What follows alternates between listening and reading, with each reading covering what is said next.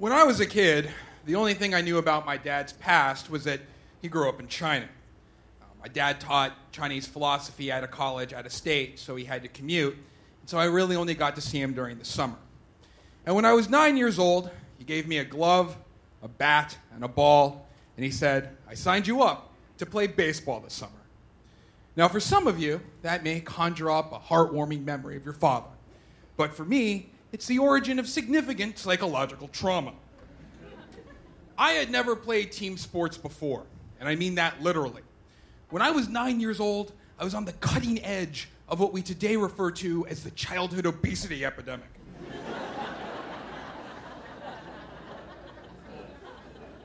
So none of this made sense. You know, I hated sports, and my dad hated kids.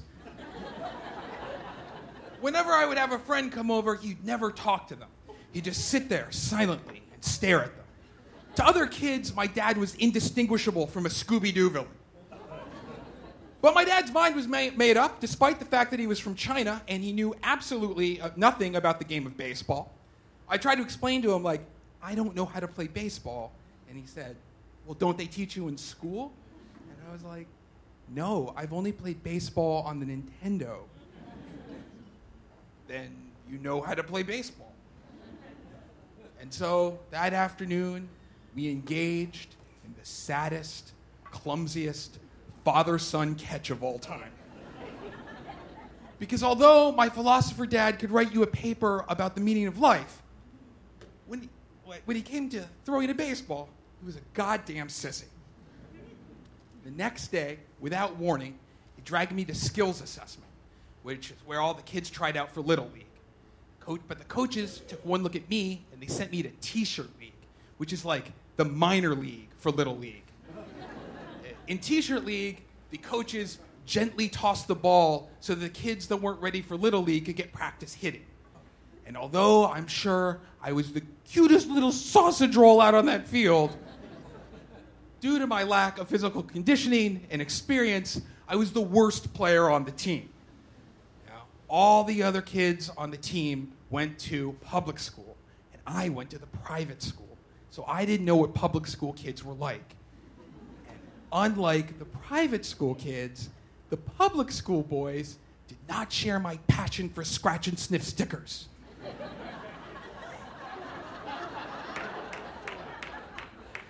And they seemed to know way more ethnic slurs.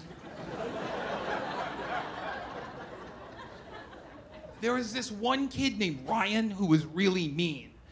Ryan had an older brother that had introduced him to weightlifting and, I presume, human growth hormones. You know, Ryan wasn't allowed to play Little League until he learned more sportsmanship, which is a euphemism that parents use when their child is clearly a violent psychopath. Ryan made fun of how bad I was at baseball, and he said I had squinty Chinese eyes. And more than anything, he knew how to destroy me. He'd just point at me and say, "John has titties." And I did have titties.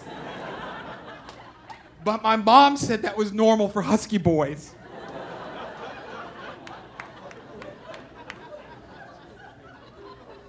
Meanwhile, things weren't going much better for my dad. I mean, all the other dads were really cool. They would buy the kids pizza after the game.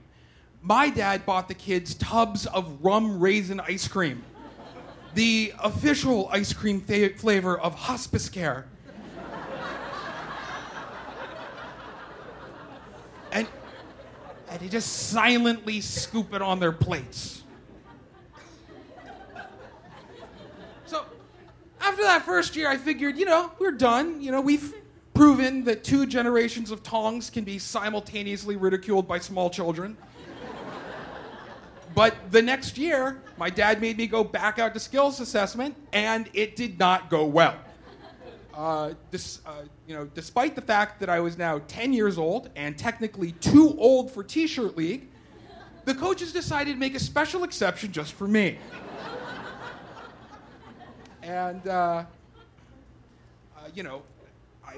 told my dad I wanted to quit, but he would not let me quit because even though I had gone from, a clueless rookie to now a washed-up veteran of the T-shirt League, But, you know, another summer came and went, and at the end of that year, I ended up transferring to the public school because now my entire social life revolved around baseball. But then, coming up on the next season, I knew that my dad was going to make me try out for skills assessment again.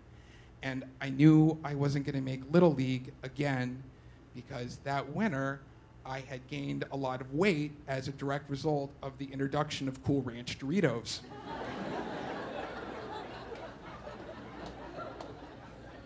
And I started having nightmares like my dad was going to make me play T-shirt league forever.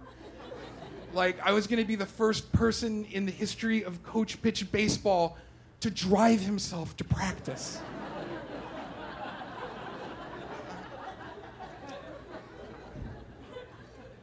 But I never played baseball again. A few days before skills assessment, my father had a heart attack and died. And if some of you didn't see that coming and you feel like that makes this a really sad story, I understand. I felt the same way at the time. It's okay. So a week after he died, I went back to school, and the teacher told everyone what had happened. And at recess, this kid named Derek walked up to me, and he made fun of me because my dad was dead, and his wasn't. And yeah, I just kind of took it, and I didn't know what to do, and I didn't say anything. And then that kid Ryan, the psychopath from the baseball team, he walked over to me and he got right in my face, and he was like, "Derek says it's funny that your dad died. You want me to kick his ass?" I was like, "Okay." And Ryan beat the shit out of Derek.